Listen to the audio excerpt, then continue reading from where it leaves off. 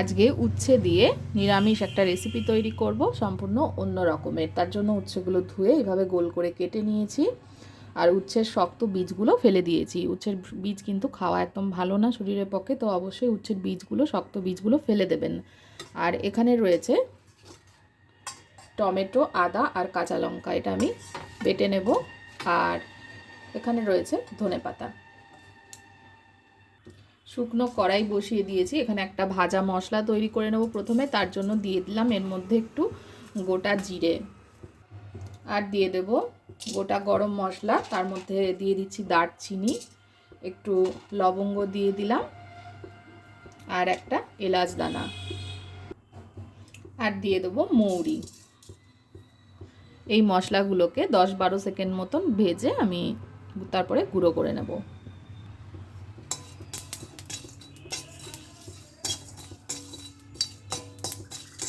মশলা থেকে যখন খুব সুন্দর একটা ফ্লেভার আসবে, তখন কিন্তু কড়াই থেকে ঝটপট নামিয়ে গুঁড়ো করে নিতে হবে। কড়াইয়ের মধ্যে রেখে দিলে কিন্তু আবার মশলা পুড়ে যাবে, স্বাদ ভালো লাগবে না। তাই ঝটপট ভাজা হয়ে গেলে কড়াই থেকে নামিয়ে নেব। দেখুন একটা চটপট শব্দ হচ্ছে আর খুব সুন্দর ফ্লেভার আসছে। এবার আমি এটা নামিয়ে নেব। এবার কড়াইতে দিয়ে দেব তেল।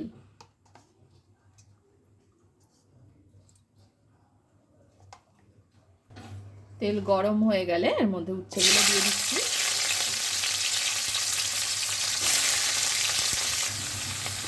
উচ্ছেটা ভাজবার সময় এর মধ্যে দিয়ে দেব লবণ,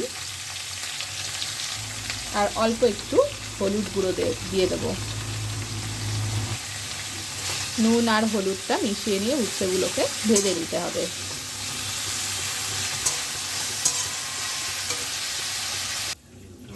উচ্ছেগুলো ভাজা হয়ে গেছে, এটা একটা অন্য পাত্রে তুলে নেব। কড়াইতে একটু সর্ষের তেল দিয়ে দিয়েছি, তেলটা গরম করে নিয়ে এর মধ্যে দিয়ে দেব 5 ফোড়ন। ফোড়নটাকে ভালো করে ভেজে নিতে হবে। ভালো করে ভাজা হয়ে গেলে এবার আমি এর মধ্যে এটা মশলাটা দিয়ে দিচ্ছি।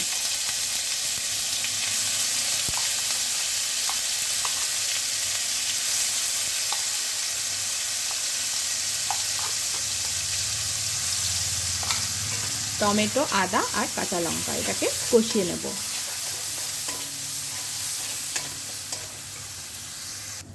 মশলাটা কষানো হয়ে গেছে, এবার এর মধ্যে সামান্য একটু লবণ দিয়ে দিলাম, একটু সামান্য কয়েকটা চিনির দানা দিয়ে দিলাম।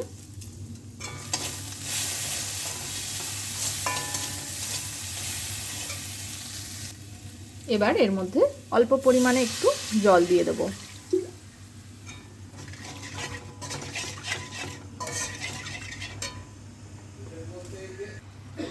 গ্রেভিটা একটু ঘন হয়ে আসলে এবার ভেজে রাখা উচ্ছেগুলো দিয়ে দিচ্ছি।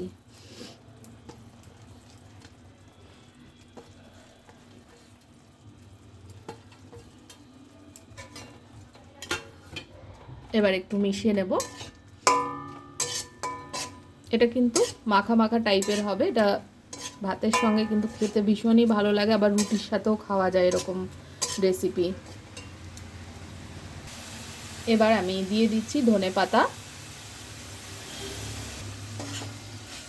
ধনেপাতাটা একটু মিশিয়ে নিচ্ছি। এবার লাস্টে ওই ভাজা মশলাটা দেব। এবার লাস্টে একটু ভাজা মশলাটা ছড়িয়ে দিচ্ছি। ভাজা মশলাটা মিশিয়ে নিলেই কিন্তু উচ্ছের এই নিরামিষ রেসিপিটা একদম রেডি হয়ে যাবে, এবং খেতে কিন্তু অসাধারণ হয়। অবশ্যই এভাবে ট্রাই করে দেখবেন, আর ভালো লাগলে আমার চ্যানেলটাকে সাবস্ক্রাইব করতে ভুলবেন না। সকলে ভালো থাকবেন, সুস্থ থাকবেন।